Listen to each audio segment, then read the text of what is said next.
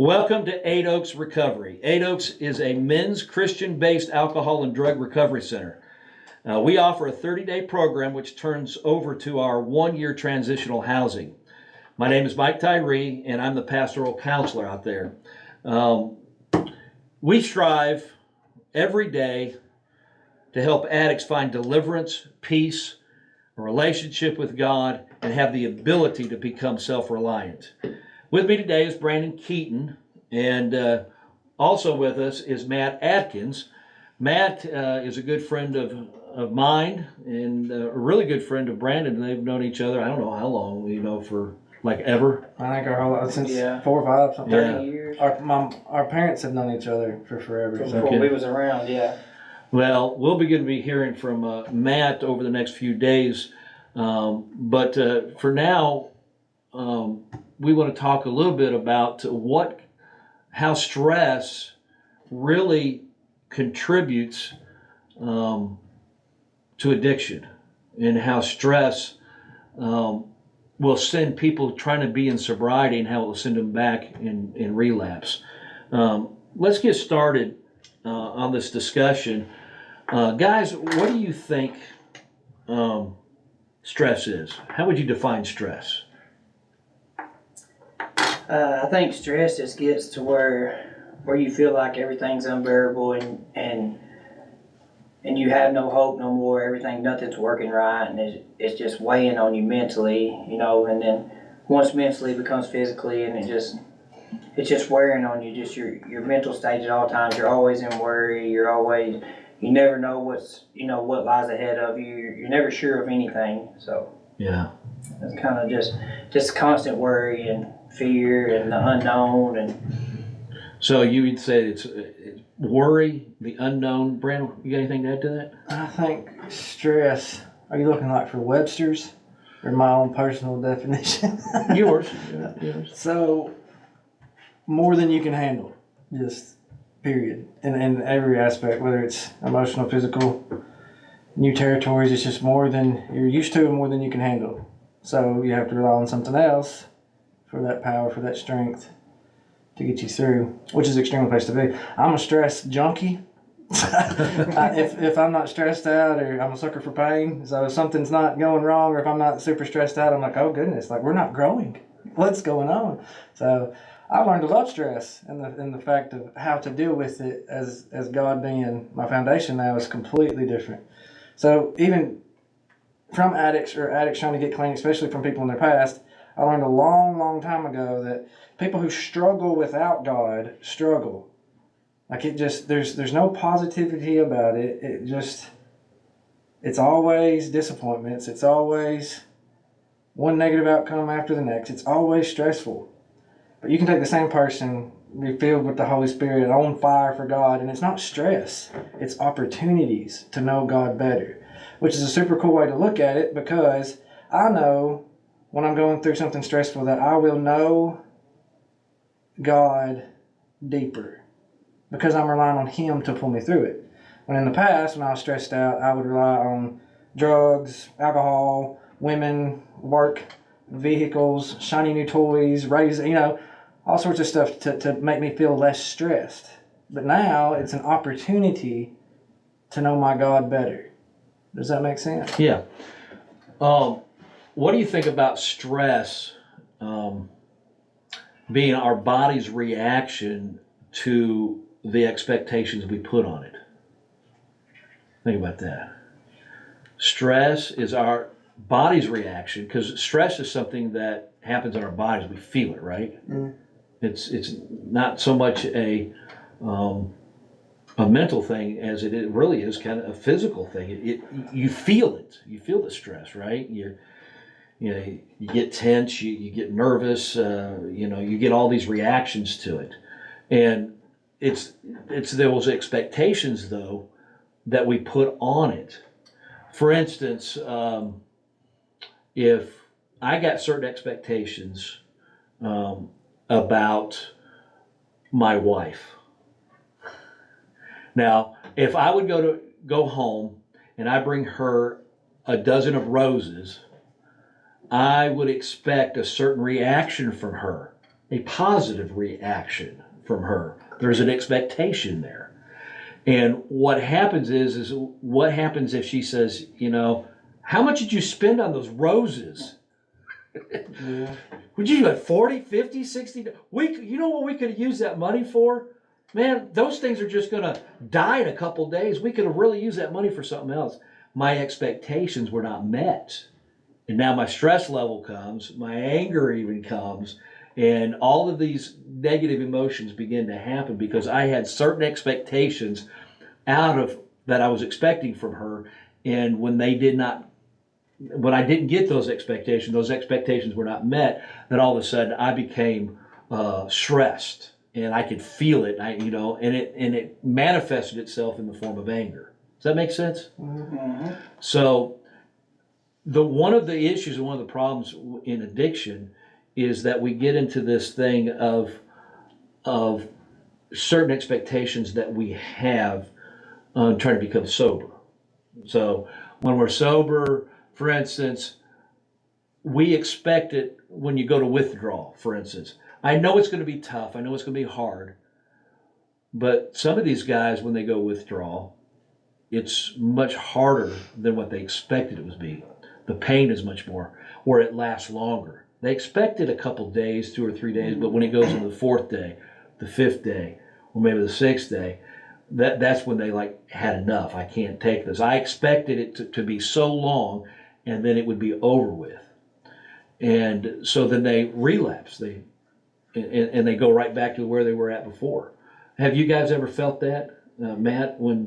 Oh yeah, I bet I quit 100 times before I finally quit. It's just like you say, you get this expectation that, you know, oh, I'm gonna quit and it's gonna take a couple days, and then once it doesn't, it's like, man, I gotta go find something. You know, I always explain it like when you have the flu, you're sick. You know, you're sick, and if you can go get something to fix it, then some medicine, you're gonna go get some medicine to fix it. Mm-hmm. And so when you've laid there for 2-3 days sweating, can't eat, can't use the bathroom, and all your mind is thinking about the whole time is, I know I can fix this, I know I can fix this.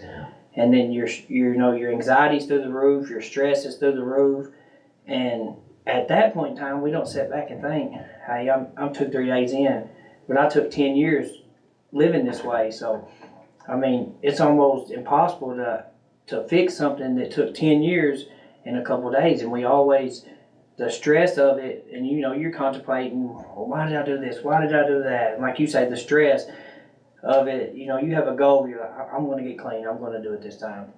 And then, like you say, when that goal is not met right away, you know, and you're still in that lifestyle, you can pick your phone up and you can, in 20-30 minutes, you can be fixed, you know, temporarily. You're not going to be fixed permanently by no means, but you can think, well, I can go get just a little bit and I'll feel better, and then you know, we'll keep going. Maybe I can just wean myself off, and then it never ends right. So I think that's where Brandon was getting at too. When you have to replace it with something, so you have to replace it with God, you know, and something to take that burden off of you, something to help with the mental part of it, you know, and just where you're not just constantly on yourself and think that's all you're thinking is, hey, I gotta quit, I gotta quit, I gotta quit. Because I've never seen nobody say, man, I'm happy to be stressed today, or I'm happy to be, you know, using. So constantly, even when you're using, you know what you're doing, and you know that's not what you want to be doing. But when it comes to the stress of like quitting, like you were saying, then it's just, when it's not met immediately, it's like, which one, should I fight through it, or should I just go fix it? And it takes a lot to get over that hump to where, hey, I'm going to fight through this, and whatever costs, I'm just going to have to tough it out. And so, and I mean, it's a lot of stress, it's a lot of anxiety, it's a lot of mad at yourself, mad at other people, you know, and especially in that phase, us as addicts, we want to blame everybody else, you know. And so then it turns to anger, well, why did they do, you know, but when ultimately it was us the whole time. And so then you're mad at yourself, and it's just emotions everywhere. And like you say, it's just the stress of it is, and it's the expectation of trying to get to where you're going that causes that stress. What about even further past, like trying to get sober? So we, as newly recovered addicts, we get all these expectations, and you got expectations versus reality. And I feel like a lot of times the addict expects things to be given for us, people will forgive us, jobs will be handed to us, all these things will just fall into place. And the reality of that is it's not. Right. It's not so much that. And so typically we think we give our lives to Christ and then boom, we're fixed, everything's better, everything will go my way now.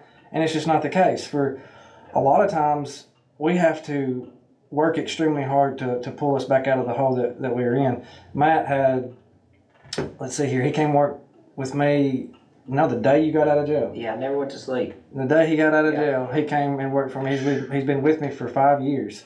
And now when he first started working for me, he worked for just a little bit of nothing, wasn't making much of anything.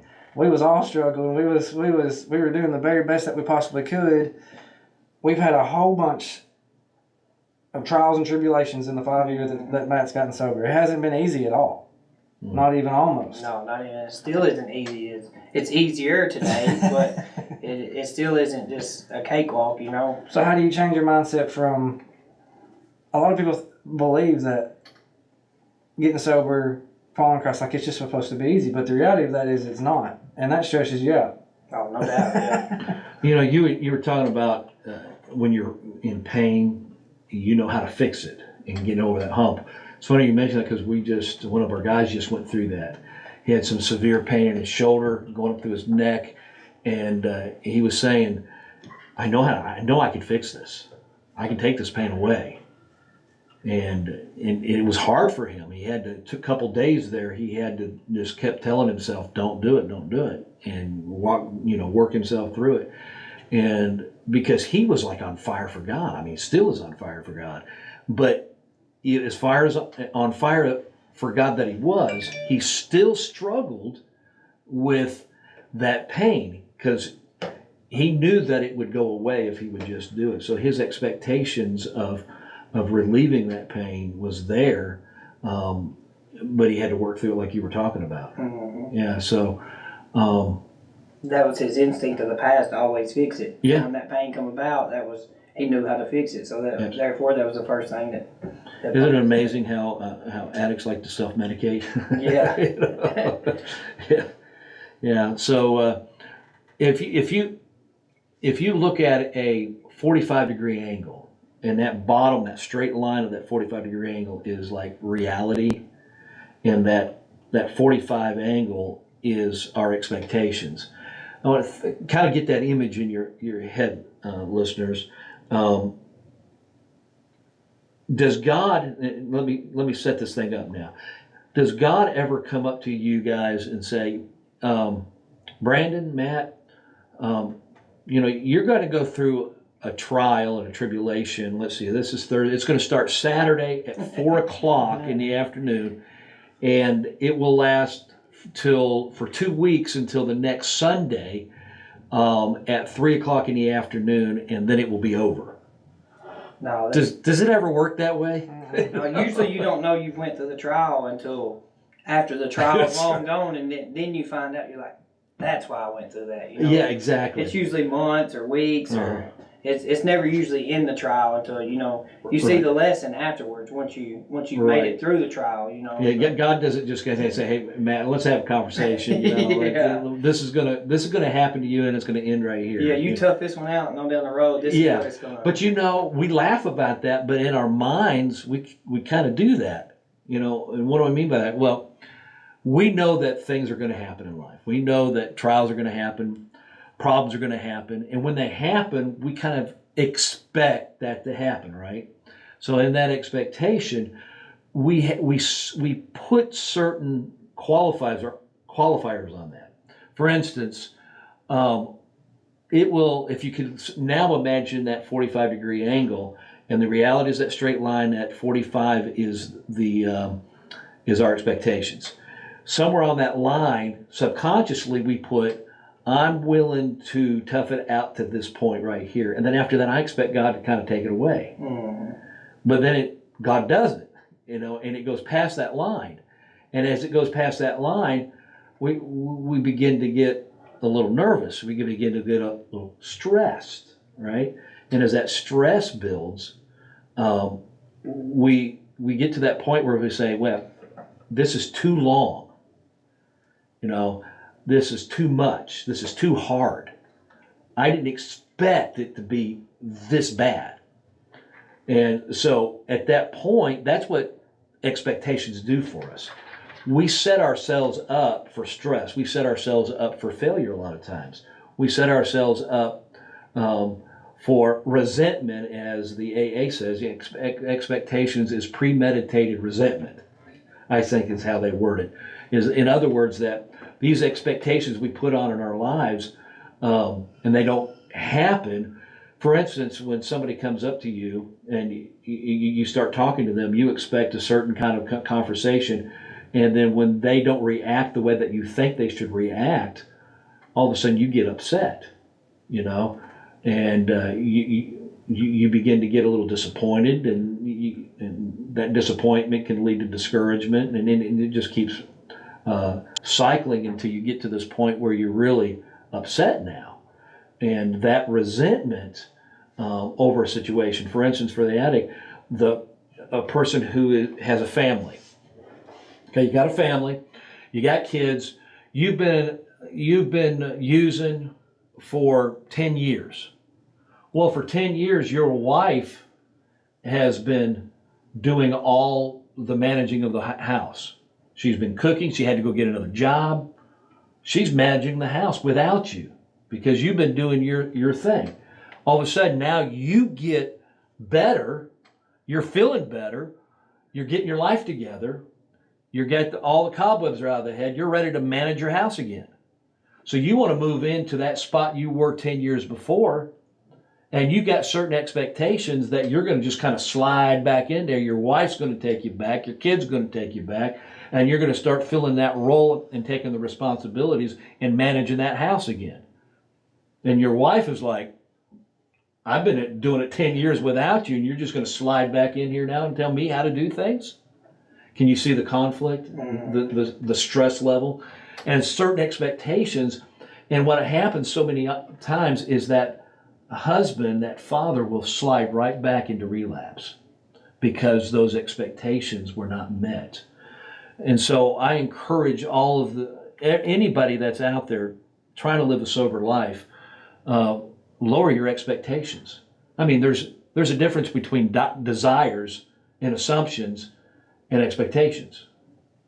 You know, those assumptions, I assume that when I get on that plane that I got a good pilot on there. Hope so anyway.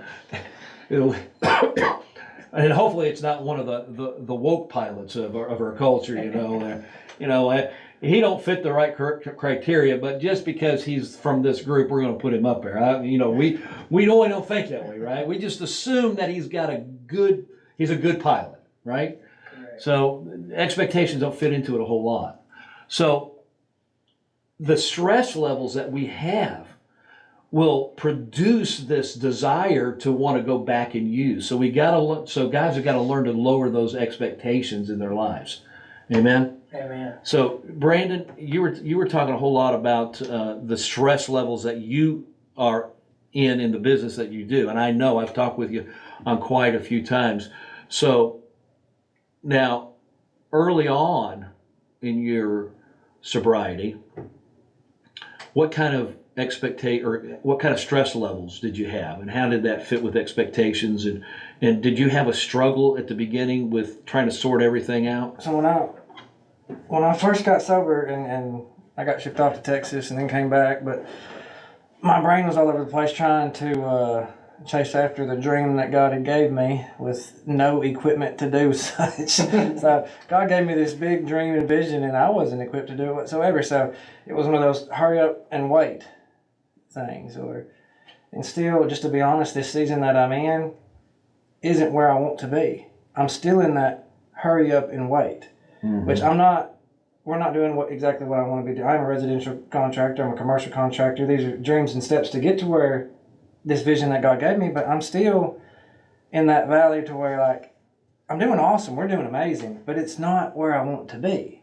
So, like, there's the stress of, man, I know you gave me this vision and this dream for a reason, and you gave me this passion and this fire for a purpose, but, like, hurry up and wait. Like, just calm down, be patient. I'm going to teach you everything you need to know along this journey to when you get to that vision, you won't ruin it or waste it away. And my biggest thing with expectation, though, so whenever I came back, I didn't really have no expectations on the business side of things because I was like shooting in the dark 150%, had no clue what I was doing. I'm YouTube taught, and I had a couple of guys that mentored me and helped me a little bit, but other than that, I mean, I've learned all this on my own.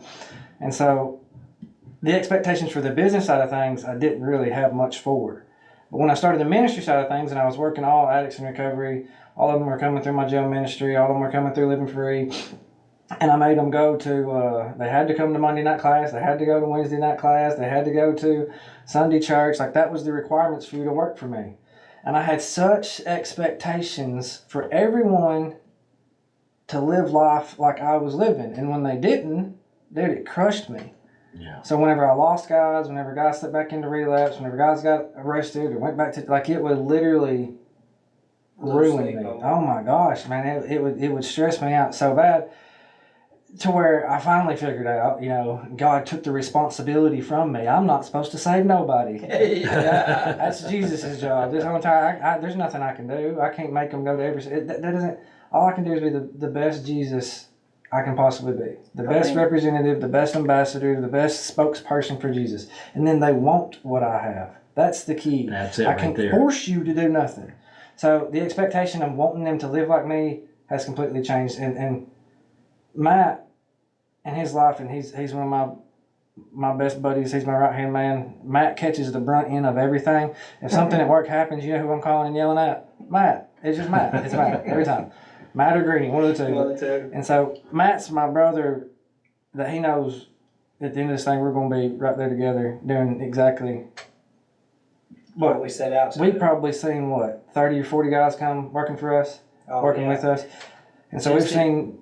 Just in that phase you was just talking about, we probably went through 20 right there. It's like nobody, where you had to go to church and everything. I think me and Greeny was the only two that's really made it through that phase. We went through guys after guys after guys right there for... And it hurts your heart so bad when you're expecting it, and there's all the signs. Every sign points to they're going to make it. They're going to do awesome. They're going to do good. They're going to be back with their baby mama, get married finally. And I give raises for all these things. We're encouraging them, trying to get this out done. And then all of a sudden it's like, they don't show up 3 days of work and get a phone call that they're arrested. You're like, oh my gosh, dude. What happened? Yes. And then you question everything. Did I do something? Did I push too hard? Did I not push hard enough?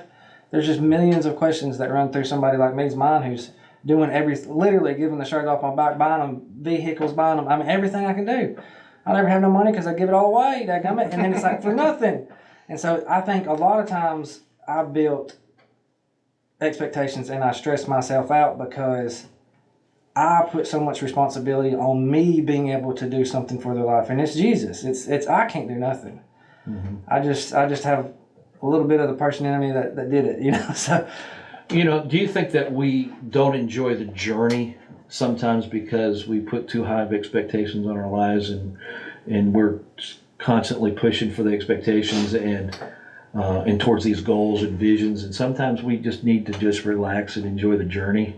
150%. Like I was just saying a second ago, where I'm at right now, and this is what's crazy. And God always gives me this gentle reminder. I get stressed out because we're not where we're supposed to be. Mm-hmm. Who says that? Yeah. Who told me that? It's me. And then God will gently remind me, hey, you're light years ahead of where you. So we put the expectations on ourselves. Yeah. Right? He said, do you see how blessed you are? Do you see how well you've done? Do you see how far you've come? No, you were so far than you ever thought you ever could be. But then my flesh for a second's like, oh, poor people me. I can't do you. Dude, you're killing it. Get off of it. Enjoy the journey. Look at where you're at. Look at where you come from. Be joyful. Be thankful. But it's so easy for the flesh to go, well, I don't have this. I don't have that. I need me a new truck. Matt just got a new truck. Praise the Lord, hallelujah. I need me a new truck. We just won't, But Matt has been humble and content, and he's the type of person that is extremely teachable. If you try to teach him a lesson, he's going to grab a hold of it. He's going to listen to it. He does well with his money. He's a good steward of his money. He's done. Him and Greeny are prime candidates of like, why can't y'all just do what we do type stuff. I want that so bad. So Matt has done super, super good being tender to the Holy Spirit. And if the Holy Spirit asks him to do something, now he's done some knucklehead stuff too, but he's been extremely tender to the Holy Spirit to listen and to obey, and I'm super proud in that aspect. Expectations. I'm thinking about this. How does that affect our gratitude? When we get up in the morning, do we ever get up and say, well, I'm so grateful for the sun today? Your sons. We don't do that. No, your sons do. I think Spencer and Shubback do. But every once in a while we might get that moment where we're thankful for the sun and everything. But I think for the most purpose, when we get up in the morning, we don't go, wow, I'm so grateful the sun's up there. But if you think about it, if we didn't have the sun up there, there would be no life at all. Total. It would be gone. But do we get up and say, I'm so grateful for the sun? We expect it to be there, don't we? Right. And so I think that expectations, the more expectations we have, the risk that we have on having less gratitude. Does that make sense? Mm-hmm. And so in sobriety, it's so important to have that gratitude heart, that gratitude spirit, not to take anything for granted. That's why I think it's the habit of praying over your meal, over your food, is so important, because that is kind of forcing ourselves and reminding ourselves to thank God and to be grateful for the food that we have, because without food we'd die too, right? Yeah. And so it forces us to have that gratitude. So for the guys that are out there that are struggling with some of their sobriety and stuff, man, just enjoy the journey. Matthew chapter 6 and 7, the Sermon on the Mount, I encourage everybody to read. It really talks a lot about worry. Don't worry about today. Let today take care of it, or tomorrow. Let tomorrow take care of itself.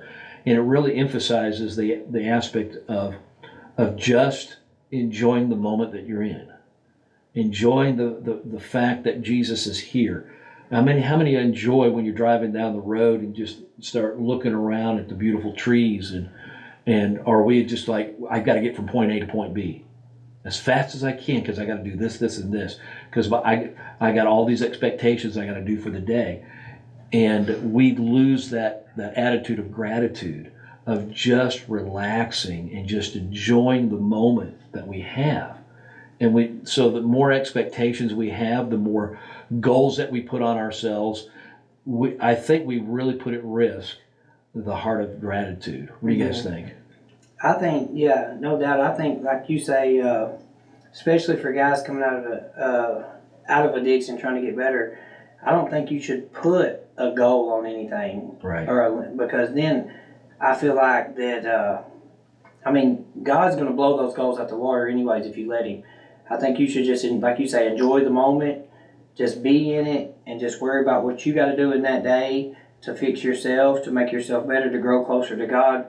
And just, like you say, be grateful for it. A lot of guys and girls that's been through this aren't even here today with us, unfortunately, because of, it's a bad disease. But, just be grateful that you still have life and you still have the opportunity to get clean and grow closer to God and have people that are right there with you. Like Ados, y'all, every day, they got somebody to walk with them every day, somebody to constantly push them. So I feel like you kind of limit yourself if you do that. And then for a lot of years I learned that, in my being stupid and being in jail, that if you look towards the end of it, it's just going to drag by. It's just going to drag by, and you're not going to take advantage of what's in the moment, no matter where you're at, whether it's rehab, jail, out here living. If you're steady focused on up here, you're not going to enjoy what's on the way, and you're not going to learn lessons from it. You're not going to grow from it. So you just got to, you know in your head where you're trying to get. So just put that out of your mind and keep growing in the day and keep focusing on your life as it is now, and try to stay away from the future as much as possible mentally, I believe. That's great. Something I've loved about Matt is Matt's understood from the very beginning that Christianity isn't a get-rich-quick scheme. It's not. And so he's understood from the very first that, man, this ain't about money. It's about relationship. It's about being sober. It's about surrounding myself. It's about not being gone from my family. He was always working on the road. He was always making a bunch of money. He was always doing this. He was always doing that. And he was always broke. He was always empty. And he was always failing. And then so the Christianity thing, it's completely flipped. You're at home, you ain't making no daggone money. You're still struggling, but it's completely different because it's doing it God's way. And so Matt's told me a million times, like, man, it's not about the money. It's not about it's just being home. It's being sober. It's being with my boys. It's taking them to basketball games. It's doing this. It's doing that. So like the world has these expectations or these flashy goals and bling bling and all this other stuff. But Matt he understands that it's the expectations is getting to spend more time with your family.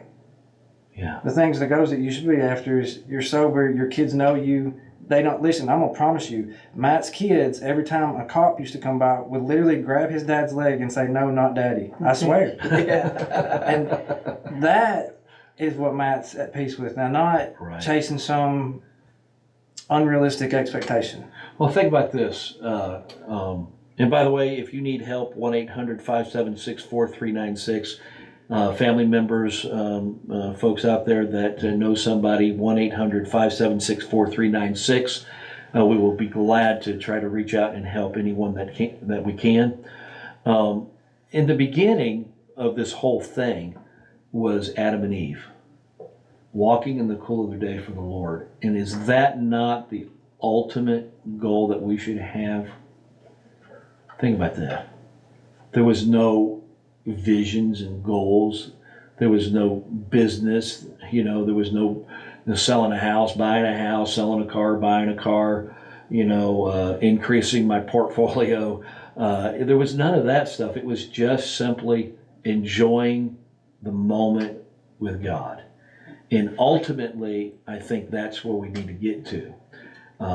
And the expectations that we put on ourselves, if we're not careful, will take us away from those moments, those walking in the cool of the day with the Lord. And that's the presence of God. That's the moments that we can connect with God. And that's what we should be striving for in our lives. Not bigger cars, not bigger homes. Ultimately, what we're all trying to strive for as Christians, at least, is to have those moments, those peaceful moments where we're walking with God. That's the journey. That's part of the journey. And if we put too many expectations on ourselves and we're constantly under stress from that, I think we really put at risk to getting to the ultimate place where God really wants us to be. Amen? Amen. 1-800-576-4396. You can also reach us at 8oaksrecovery.org. That's 8oaksrecovery.org. We really want to help you guys out there. Anyone that's hurting, struggling, listeners, we love you. We appreciate you listening to us. And we just want to do the best we can for the community here in Lawrence County. We think this is a great community, great county to live in. And we want to make it drug-free, alcohol-free. We want to make this place a place that's safe, a place where people can come to and build lives, build communities, build families. That's ultimately our goal. We don't want to have a rehab center here in Lawrence County. To be honest with you, we don't, because that means that there's issues and there's problems. So if we can solve the problems, then we won't have the need for these, any more than some of our other great charity organizations that we have here in town. None of them really want to be there, but they're necessary because we live in a sinful world and in fallen man, and because of the evil that is in this world, we are in need of a Savior, and we are in need of organizations like the ones at 8 Oaks and so many of the other ones that are here across town. Last week we had a great time on Thursday night with the women's shelter at the banquet there, and we were just partnering with them. It's just an awesome time to be with them, and Kids Place, and just so many others charities that are out there, and we need to work together to make Lawrence County a really great place to live. And people are coming from all over the world. I mean, they're coming from California. They're coming from England. I know the church that we have, we've got lots and lots of people from all over the country wanting to come to Tennessee, and particularly here in Lawrence County. Why? Because we've got some values that some of the rest of the country doesn't have, and we want to keep those values. So we want to protect our people and the drugs that are out there and the abuse, the alcohol abuse that's out there. We want to try to minimize that as much as we can because we love God and we love our community. Again, if you need help, 1-800-576-4396. We would be glad to talk with you. ADOSrecovery.org. Okay, let's shift our conversation now. Brandon, you know this guy over here really well, Matt Atkins, and we want to hear a little bit about your story. I know a lot of it just from piecing stuff together. Living Free, you filled in for Brandon, doing teachings and stuff like that, and what a wonderful job you've done over the years doing that. But we want to hear a little bit about your story. So what I'm going to do is I'm going to kind of shift it over. Brandon, I want you to kind of take over from here because you know this guy. And why don't you just start us out talking about what you know about Matt here, and Matt, give him a chance to share his story. Cool deal. Oh, Timothy Matthew. So me and Matt go way back. We've literally known each other our whole entire lives. We've grown up playing basketball and baseball, I guess against each other first, and then later on we played for the same school at Summertown, and you lived with me for a while there, kind of going to school in Summertown because they lived way out in Fall River, so he was having On the Giles County line, stay halfway with us. And so over the years, me and Matt, we've been lost in addiction. We've been needle junkies together. We've been dope heads together. We've worked together. I don't know how in the world we worked together, drugged up, and nothing worked right. Nothing ever. I mean, it struggle. You know, and so now we're 35. Matt's 35. I'm 34, and God has literally gave us a life together that we never thought we could ever have. And it's crazy because most of the time, people in lost addiction, like even if they get sober, they can't be friends because it's like y'all are good people, but you're not good for each other. And so it's amazing when people get sober, and no, they're not just like good together. They're great together. They move mountains together. They help. There's chemistry. Yeah, there's, and God does that. The Holy Spirit does that. Yep. And so let's talk a little bit about your past, Matt, and then we'll talk about where we are today. But just share a little bit about your struggles that you had growing up, things that kind of pushed you this way or that way, where you think, you kind of, just a little bit about your background. We all have different backgrounds. Well, now that I'm older, I think back and it started way farther than I realized until I got sober.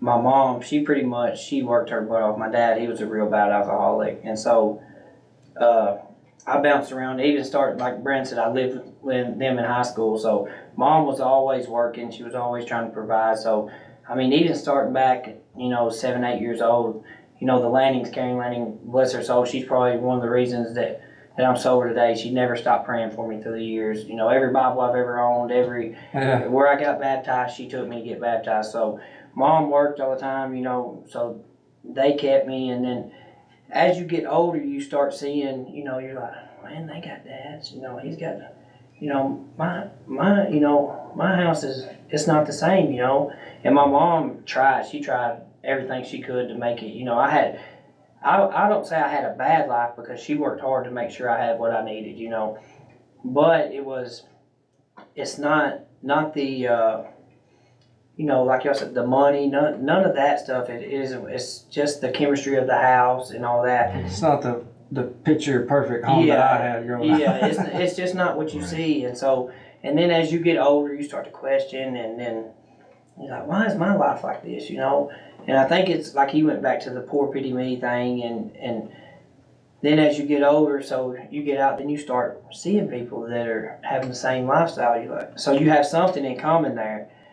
When really I should have just stayed with the people that they took me for who that was loving me, took me for who I was, and helped out. But you can relate with some of those people, and so I eventually started dabbling. I dabbed first. You start smoking pot and drinking, and then I got into where I was selling cocaine real bad, and I had way more cocaine than a 17-year-old should have had, And so then you start using. And Matt was a heck of an athlete back in the day, and so he was a great baseball player, and you ended up dropping out of high school when? End of my junior, I left Summertown right after Christmas, my junior year, to come back to Lawrenceburg, and I think I made it 2 months. And that's when you dropped out, is you kind of started. Yeah, I hanging was around? already right when I moved back. I started dabbling and all that. Then so I'd moved back. I was going to play baseball here, and so that was the group that I grew up with. We all played baseball together and stuff. And then I found out I was ineligible to play baseball because I had played a year of summer baseball up there with them. And so after that, it was like there was nothing for me to even look forward to at school. And like you said, that's why I played. Sports was like my life. And so that's when I started dealing with cocaine and drinking. And then it led to where I was skipping school. I remember walking in Coach McCroskey's class. Probably a lot of people listening probably know him. He was the wellness teacher. And I walked in and he's like, "Mr. Atkins, when did you get in my class?" And I said, "Right after Christmas." He said, "Well, son, it's March and I ain't seen you yet." So, I mean, I just wasn't sure that you was in here. He's like, "You sure you're in here?" And I'm like, "Yeah, I'm in here. Look." And I still had my, where they give you your class schedule. But I literally didn't even realize that I hadn't been to first or second period since school started back for 2.5 months. I would just show up at lunch and go eat. And then I had Spanish after, so I didn't have a clue what was going on then. So I just go in there and sleep.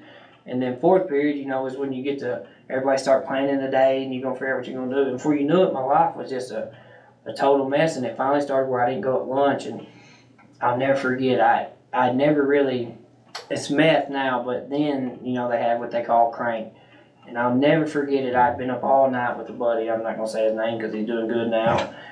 But we'd been up all night, come a month, so it was gonna rain. I'm like, they're gonna cancel school. They're gonna cancel school. And come that morning, they didn't cancel school. And I went over to my cousin's house. I said, "You know what? Just because they didn't cancel it don't mean we have to go. I quit." And he's like, "You know what? I quit too."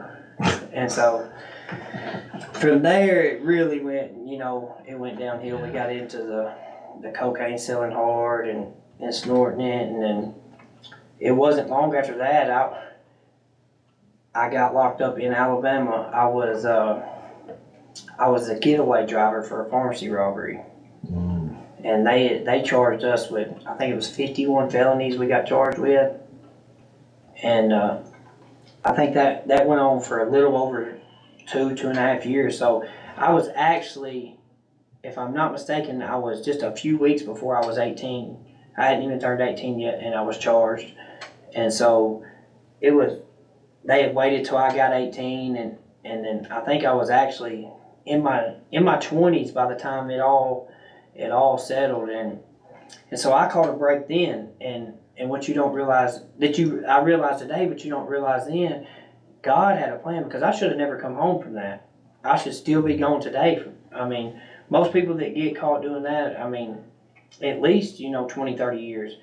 And so there was some foul play with the police part of it, or I don't want to say foul play, misplacing of evidence. So whether it was foul play or just a mistake on their job, it helped me out. And so I was able to get, after the 2 years or whatever, I was able to get out of it. And then, so I did good for a while there, and then I remember I hadn't done anything for a while, and I'd got out, it was kind of winter time, so I got back to 4th of July, and we was all at the river fishing. Me and my buddies was like, "Man, we're gonna party tonight." And I maybe drank a little bit, but I was never a big drinker. So when my buddies would drink, I might sip on one, and I was always the DD. So I'll never forget it. It was so all right, we're gonna go back to Lawrenceburg, get some money, and so we got some pills and stuff. And next thing you know, this was on the 3rd of July. It was gonna be a 4th of July party at the river. And I woke up on the 7th of July. My ex-brother-in-law, Levi's dad, Levi, my nephew, works with his dad, was shining a light in my eyes. And I was like, "Oh my God, where am I?" And so I wake up to go use the bathroom. And as I'm walking back by the bathroom, I see the mirror. I'm like, "Oh my God," and I just have black stuff all over my face. And so I run there, I'm like, Mom, what's going on?" She's like, "Well, you was an idiot the other night." And I was like, "Well, what happened?" So I reckon when we come back to Lawrenceburg, we got a bunch of pills, and we just kept eating them.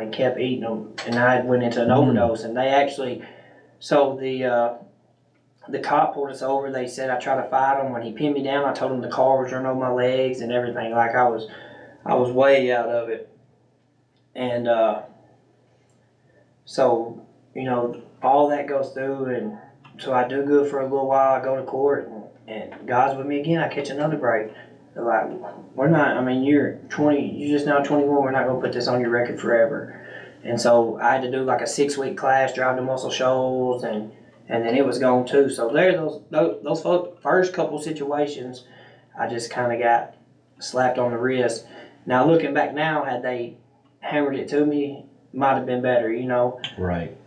But Some kids need to be scared though when they go act right. yeah, We just want them kids. yeah, That approach does work with some people. yeah. So I think I needed to be maybe not hammered to that first one, because like I say, I probably wouldn't be sitting in this chair today, you know. But so after that one, I did good for a while, and then that's when I started doing what we do now, epoxy floors. I started doing some floors and got a good job out of Nashville and was doing pretty good. And then I was like, man, I can just sell a little weed, you know, extra money. Now that I'm working up here and got in an ordeal down here in town over some weed that happened in front of the bowling alley. Guy tried to jump out the car. And it was a big ordeal. And so I got locked up for 3 years that time. So back locked up again, and I'm like, man. So at that point, I'm like, you know, you're 21, 22, you're a veteran in there now as much time as I done did. So I thought I was tough. So I can go do this, whatever, you know. And so, you know, I think 18 months there, got out, and then when I got out, I had lost all my hope, you know. Then I was like, I'm on probation. They gave me extra probation afterwards. I'm like, man, I'm just gonna start, you know, popping pills. And so that's when I really got into the pain pills, and that's where my biggest part of my addiction lied, was in pain pills, which turned to heroin, morphine, heroin, and I mean, I got to where I was stealing from my mom, stealing from my grandma. I mean, my grandma, we lived with her from probably the time I was 15 till she passed away, you know, 2009. So, and took anything I needed she gave me. And, you know, I would go in there and steal just whatever, just to feed my addiction. I got to where I had to have something in the mornings. I would, you know, I did people dirty, whatever you got to do to figure it out. That way, I had to know when I woke up the next day that I had some kind of pain pill to wake up on. You had 2 kids in addiction, right? 3. Like 3? 3, Avery's yeah. the only So one. Avery's the only one that, You're sober. yeah. So I'll never forget Ashton's, I think it was his second Christmas, man.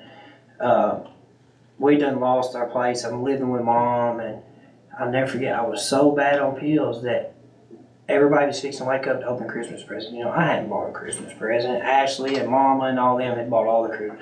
I didn't have no money, but I didn't use it all on pills. And I remember I woke up, I thought I was going to be slick. And I woke up before everybody, and I was like, I'm going to go in here and shoot up a morphine. And I'll never forget, I went in there to do it, and I guess the kids had woke up before, you know, excited about Christmas. And I heard beating on the door, and then Ashley kicked the door in, and I shot the morphine. Well, I did so much when I did, it made me nod out. Well, my hand was still on the needle, so it pulled the actual syringe out, and the needle was still in my arm, and all I heard was her screaming. I was sitting there. Had she not, I'd probably gone today. I was just sitting there squirting. The needle was actually still in my vein. It was just squirting blood, and there was blood everywhere, all over the room.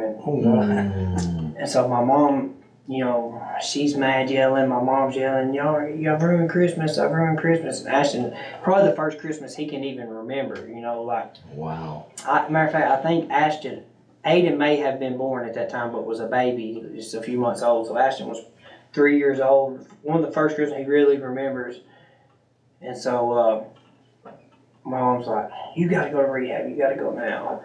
And so I spent like 3 days trying to calm mom into not make me go to rehab. And I'm like, well, if I can go get these 20 pills right here, That'd be good. yeah, I'll go to rehab, you know what I mean? she's like, you are absolutely crazy. You've lost your mind, you know? And so that continued for a while. And then finally, I got set up. I remember I was going to sell some pills and I got set up, and I think I still had like 2 years left on my sentence. And so I got set up, and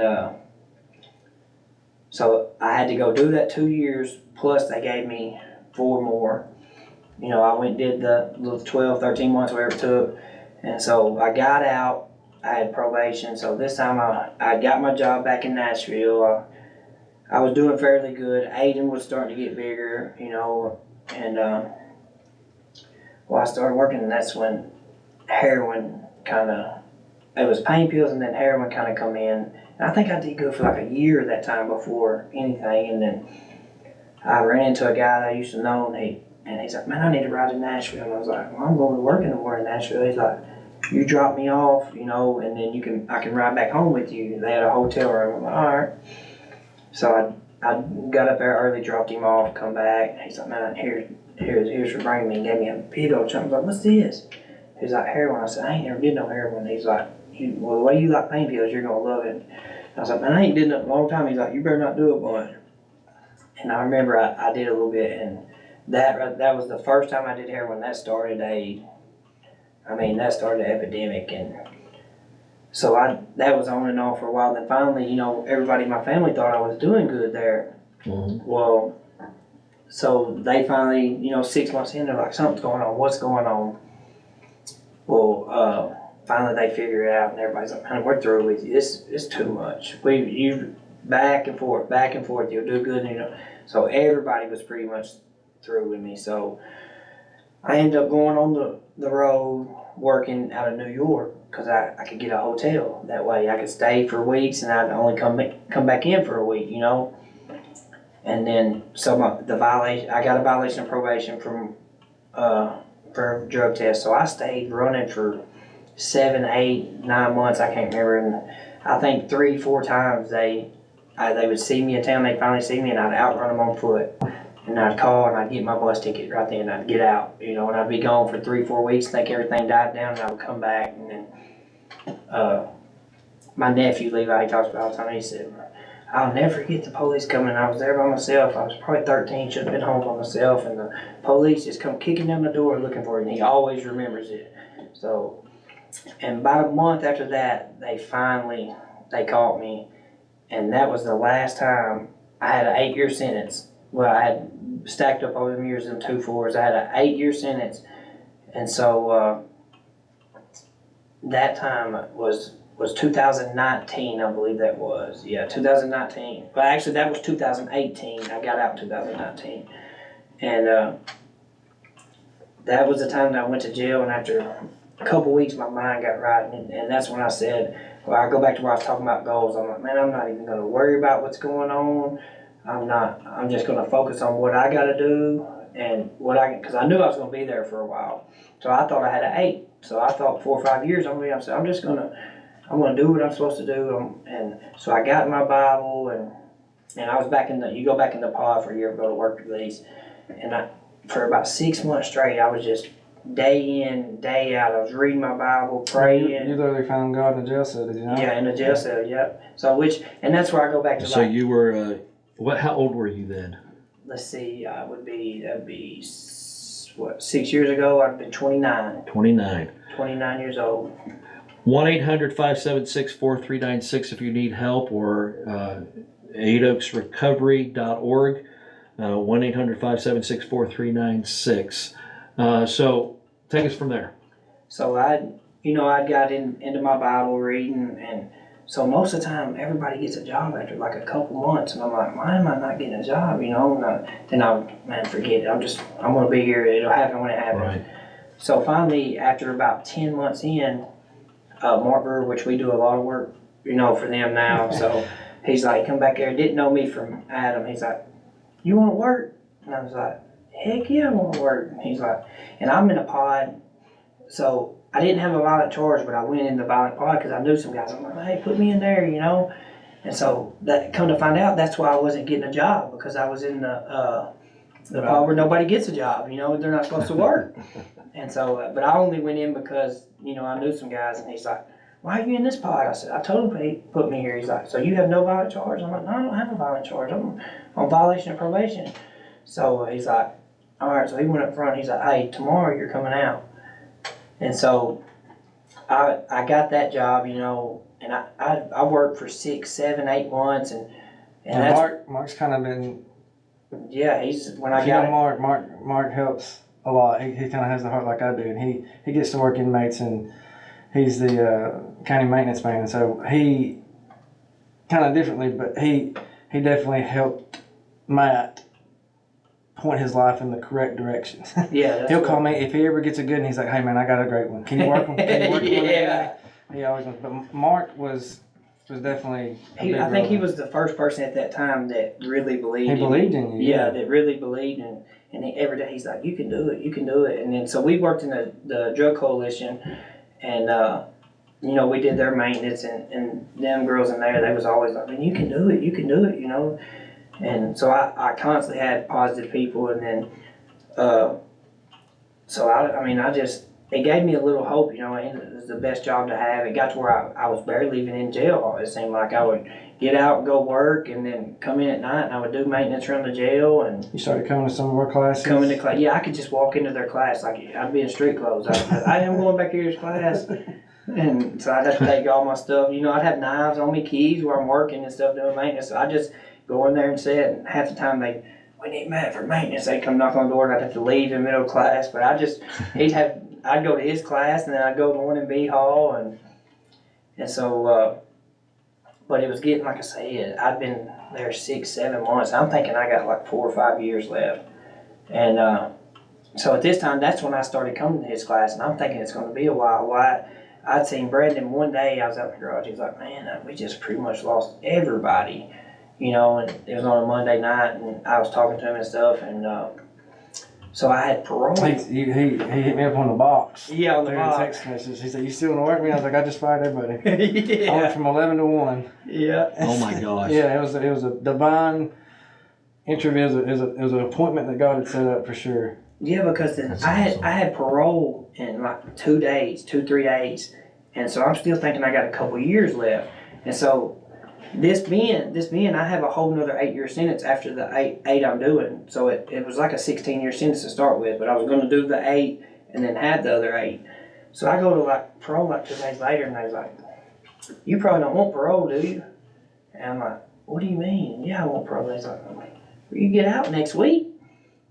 I'm like, "What do you mean I get out next week?" They was like, "You get out next week, your sentence ends next week." And I'm like, huh? Maybe like, yeah. So it was a week or two. It was under a month, and they're like, "You're fixing to get out. By the time we got parole, I'm like, "Are you sure?" I was like, "I have 8 years." They was like, "No, you have 4 years, not 8." And that 4 is about done, because where I'd been in and out, and then I'd been there a year and a half at that time or whatever. And I'm like, "Are you sure?" And they was like, "Yeah, we'll get your paperwork and everything and figure it out. You'll know in here in a week or two. And by the time you're ready to get out, you'll know." And so that's when I had messaged Brandon. It was crazy. I'd ran into him like 2 days before, and then I messaged him on the box like, "Hey, do you need work?" He's like, "Bro, I just fired everybody yesterday." Like, so. They figuring out not knowing what I'm going to do. Yeah. I'm like, "Well, listen, I'll be there. As soon as they let me out, I'll be there." He's like, "Well, you just call me as soon as you get out." And I said, this is one of those times that I talked about. I can't even remember how they all lined up. This is one of those times whenever I had these expectations from people. And so we got to where we had, and this happens a lot, just a couple of weeks ago, we got to about 10 people. And if it's not, Vibing. it just seems like Jesus had the same problem with the 12. There's people stabbing each other in the back, doing all sorts of crazy stuff. And it's just, it's hard for a group of guys that big for everybody to start doing. They either hold everybody accountable and they do great, or you got one person that's fixing to bring down about 4 or 5 of them. And so that sometimes happens. And then I just sometimes got to clean house. And I was so discouraged because I had built and I had built and I had built, and I was trying so hard and I was trying so hard and I was trying so hard. And God sent me Matt, and literally, clarification from God that I was to be with Matt, and Matt needed my full attention and no one else. Literally.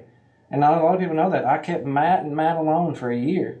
Just me and him just And working. we didn't go and grow the company. I took time to love my best friend is what I did. And so we were building additions, and all we did for a year was build back. We did 33 bathrooms in 1 year. All we did was bathrooms. Yeah, We don't even like tile. We're really good at it. But that's Yeah. all we did. But me and Matt developed a relationship that will be everlasting. He knows God more because of it. We've struggled together. We've cried together. We've loved each other. We've went to war together. And Matt, and I did too. Matt desperately needed a man of God in his life, and I desperately needed a friend that I knew wasn't going to stab me in the back. I needed a business buddy, a business partner that I just didn't have to worry about. I just knew. And Matt needed my undivided attention. Well, I know that by the time I came on the scene a couple of years ago, and really got to know Matt through Living Free on Monday nights is where I really got to know Matt. There was this spiritual chemistry between you guys that you could really sense, and that's pretty awesome. We're brothers in the sense that we can say whatever to each other, be honest, and I know he ain't gonna go nowhere. I can be honest with. I don't have to tiptoe around him. He's screwing up. I can tell him. I can hold him accountable. I can tell how many times we guys cried together. He's like, bro, if you don't tell me, who's going to? Right. If you don't, I don't have that person in my life to tell me, hey, this isn't where you're supposed to be. This isn't how you're supposed to be walking. You're not supposed to say that. He's, I don't have that. If you don't tell me who he is. And so from day one, that's the relationship that me and Matt have. Is Matt's open. He says, I want to be the very best person I can be. Help me get there. And that is so rare. Usually people say that, but they don't mean that. So you get out of jail. You start working with Brandon. You guys spend a year together.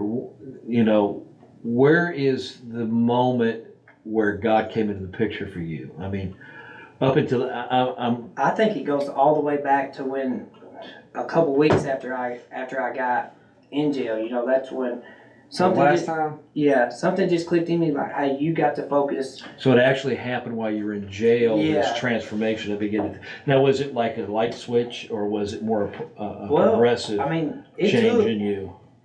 I mean, it was a light switch. Like, hey, something. I did jail 100 times. When you do it that much, you go in. You got a routine that you do. I'm gonna play cards all day. I'm gonna play whatever.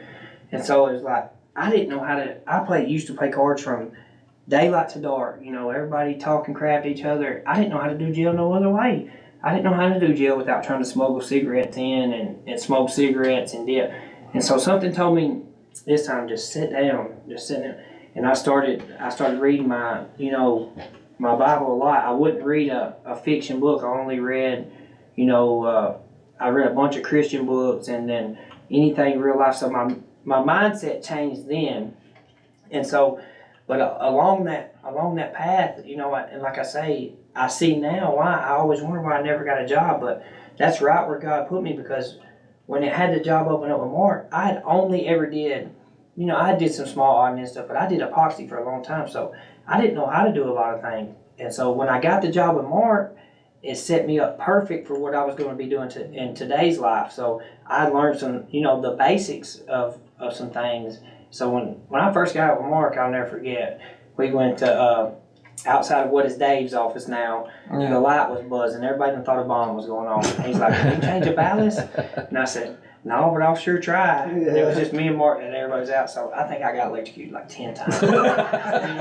I still cussed at that time. I don't cuss no more. So I still cussed at that time. And I remember I got electrocuted that first time and I yelled a cuss word. And he started dying and laughing. He's like, well, good thing everybody's done evacuated, thinking it's a bomb, because it's just me and you in here.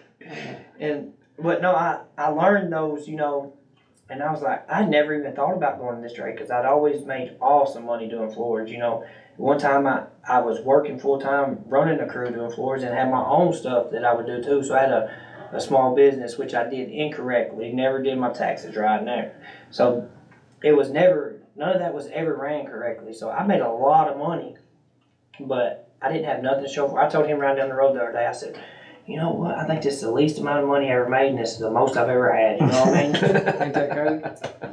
Because, and it's not even that I could make whatever I wanted to make here, but I don't have that where I have to work, 50, 60, 70 hours. I used to work my life away, and I think that's what would always, when I would do good, then I would work so much that I'd get tired. You got to have something to maintain working those hours, and that's where I would get back into the pain pills. So now, instead of working those hours, we get our 38, 40, and I don't even always hit 40. I won't hit 40 this week. But now I get to replace that. 4 o'clock I'm off. 3:30, 4 o'clock. Then I got boys that I help coach. And then so I got my kids dependent. I got other kids, that are dependent on me. That they may be the same kid that I was, in that situation that they didn't have no daddy there. That my baseball buddies, their dad stepped in. Brady Hutton, his dad, they kept me in. I can name them for days, but it was like a family. So that's I have to be. You never know when I have to be there to one of them guys go. So that's kind of where Matt he has dreams to be a coach. He wants to coach boys that need father figures, and Wow. he has a passion to do that. And so God and God's timing is gonna allow I that to said happen. one day we'll make it, and it won't even matter where you gotta have me. And then I always say I want to go to the worst area where there's no hope. You know what I mean? That's the guy's worst area. There's no hope, and coach a team and bring back hope. That's where my goal is. And I think that is awesome. One of the videos that we show at 8 Oaks is Authentic Manhood, and it's a series about being a man, and it shows a story about this one guy that was a professional, or was not professional, he was college down in Texas, and the famous coach down there. He told that young man, he says, "You've been talking about this dream of starting a ranch for kids for a year now." He says, "You need to stop football and go build that ranch." And he said he stopped right then and there, and that's what he's been doing since the 1970s. And he's got this orphanage, and he just brings all of these kids in. Matt, when I hear your story, and I see you doing something like that, taking those kids in and doing baseball with them and showing there's a different way to live. That lifestyle that you were living, Brandon, you said he didn't have the same kind of childhood that you or I had. I had that kind of perfect childhood growing up. Matt, you didn't, man. But, I think it takes a lot of courage to be where you're at. And I admire folks like you because, man, no one showed you how to be a father. No one showed you how to be a man. Not a real man, not a responsible man. No one showed you how to do any of that. You didn't have those tools that Brandon had or I had. But somehow you knew there was something different, something that was out there. I heard you at the beginning, you were questioning, you says, "Is this how life is supposed to be?" Yeah. you're that moment where you go, "I don't know if everybody else is living like the way I'm living." Something ain't right here. Something ain't right. And you started figuring this out, and it took you a while. And by the grace of God and the mercy of some of the judges and stuff, and God just has a way of putting things in the right place for us if we'll accept it and learn from them. And you learn from them. And so those moments in jail, and I'm curious, when you were in jail and you started reading that Bible, now I'm trying to get this in my head here. There was nothing that give you, like Brandon, he did the same thing, but you had a background. I had it drilled into me. You had it drilled in. You didn't have that drilled. Where did all of a sudden just start reading the Bible and start thinking about the spiritual things come with you? Well, see, that's where I go back to where I was talking about Karen earlier. Landing through the years, that was the one. Yeah, that's true. That's the one person that Yep. that it didn't matter. She would come wherever I was at. She would come get me, and I would be in church. Her and Rick both, they would keep me in church. The Hartsfield's right there. So I actually. That's right. I forgot about that part of the story. I attended a bunch of churches as a kid. Wherever I was at, I was fortunate enough. And I think that's where I get back to the sports thing, is because I met the people that pushed me towards God through sports. I was pretty gifted at sports, and so therefore I got to meet people that, that helped. They seen that Mom was trying and she needed help, and so it was never a question. I mean, I would say, it got to where I played so much ball for so long that sometimes I would be I would go to my house on the weekends, not stay all night at somebody's house. I would stay with them through the week, and then I would be at my house on the weekend just so I could get to practices. And then of course, Mom, anytime she had the chance, she took me. But it was just easier sometimes just to be, with those people, and then they would keep me in church, and especially Karen. I think, and I'll never forget. On into that story, something told me to, I touched back with Karen then while I was in jail that time, and she actually sent me a Bible, got me a Bible for Christmas, got all my kids Bibles, but yeah, that was the one person that never stopped praying for me, I think, even through the years. So And you still talk to her today? still talk to her today, yeah. And she'll still. Well, man, I'm telling you what, I'm so impressed with you, and man, I'm so excited to see where God's taking your life, and where He's going to take it. Man, I want to see that. Do you have what's this vision, real quick, and we got to bring this then to an end, but can you paint a picture for us of what this looks like, this vision of yours? Of the coaching? Yeah. Because the other vision is I'm just riding Brandon's coattails. Not that one. I mean, the other one. It's funny because Matt's heart is to give and give and give, and Matt loves helping sports and all this stuff. So if you ever see like a Tennessee dumpster, Tennessee property statement, it's not because of me. That's Matt. Matt just comes and gets the money, but that's Matt's. He loves that. He loves helping kids. He loves sponsoring. He loves. Yeah. He's got a heart for helping. It's awesome. I do the United team also, so Yeah. we're just talking about today. We're going to start a second one for So guys. everybody has avenues, and for a minute I always picked on Matt. I was like, dude, they ain't gonna do that. You ain't winning. But so like my avenue in my ministry is through work and it's through living free. But Matt is definitely through sports. Through the sports, and it right. works. I can't tell you how many times you look out there and Matt's rules, like if you play one game on United Church, you have to come to church. And so he'll have 5-6 guys out there that's never been to United Church in a Sunday service, and you never know what can happen in one service. You don't. He got them there, and that's cool. You get what I'm saying? Wow. We had Yeah. two baptized last year. From a softball team. Oh, get out of So town. tell me God can't do nothing with Really? sports. Awesome. And so that's why we're starting the second team this year, because we have one team that's super competitive Uh-huh. and we're always His winning. team. That's yeah. So we're going to start another team that is just for fun and in hopes to get some guys, because I feel like I lost one last year, and I was telling Dave today about the one.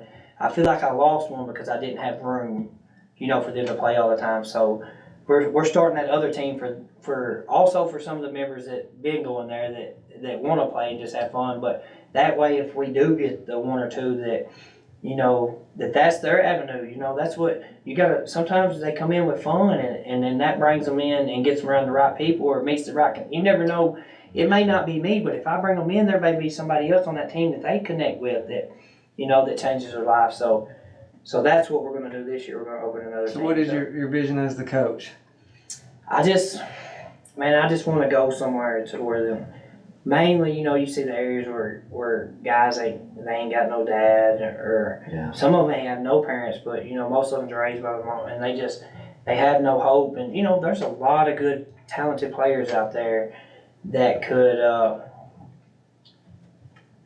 probably get themselves a college scholarship, and it's not about everybody they Brandon's all the time so and so percent goes The percentage pro. that goes Yeah.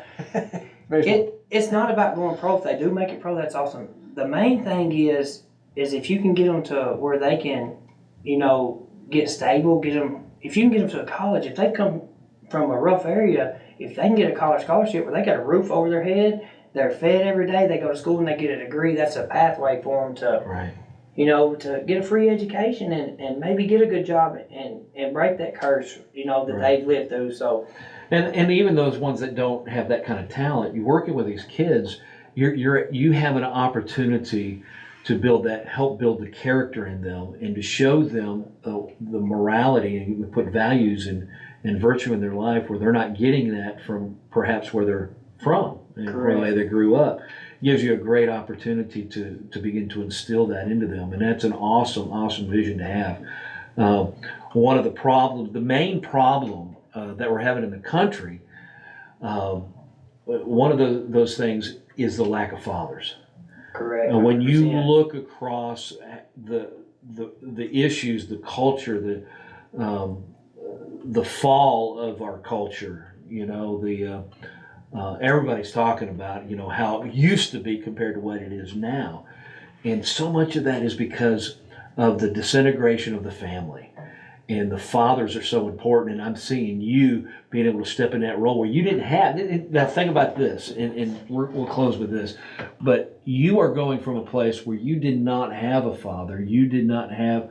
Well, you had a father, but you said he was an alcoholic, and your mom. And from the impression I get, you didn't really have a good upbringing as far as that end goes. But look where you're at now. You're in an opportunity to learn to be in church, to understand and to figure out how it's supposed to work. Now you have an opportunity to put into other people's lives, to pass that piece along to others. And I want us to just kind of end. Brandon, why don't you just kind of lead us in prayer and just pray over Matt, pray over his vision, and pray that he is able to work, 3 times more the speed that he is right now for you too. Right. I couldn't be more proud of Matt and everything that you've done, bro, and everything that you've accomplished in such a short time. And if you know Matt, you love Matt. Everybody that lives that smile, he's always smiling, he's always happy. It don't matter. He's the sunshine on a dark day, Amen. And we're super proud of you, and we love you to death. We're gonna pray for you. Lord, thank you for Matt. Thank you for his heart. Thank you for leading him to you, God. Thank you for speaking life over him when he thought there was no way, when he thought he would always be an addict or a junkie, that you gave him this purpose. You gave him this drive to be a father. And God, he's a good father. His sons are crazy and wild and difficult, but he is a good dad. And we thank you for that. We thank you for being the example of what a father should be. We thank you for loving him unconditionally. We thank you for giving him the opportunity to pour back into other kids' lives, God. Give him the opportunities. Open doors for him so that he can do what he desires to do. What he has these dreams and goals, God, that you've placed inside of him. I know that it's a God-given dream because when he talks about it, you can see the fire and the passion. And it's about changing kids' lives and giving them purpose, giving them love that they may be missing from others in the world, God, just as he did growing up. Just give him the opportunity to show that love of Jesus in such a real way through young men's lives. We love you for Matt. We thank you that you led him to United, to Living Free, to Tennessee Properties. I couldn't be more thankful for who he is to me in many, many, many different roles. Everyone is thankful to know Matt. We love him and we thank you for him. In your name we pray. Amen. Thank you, listeners. We appreciate you listening to us. Listening to Matt's story. If you need help, please call us at 1-800-576-4396, 1-800-576-4396, or you can reach us 8oaksrecovery.org. Thank you, folks, and you have a great evening. God bless.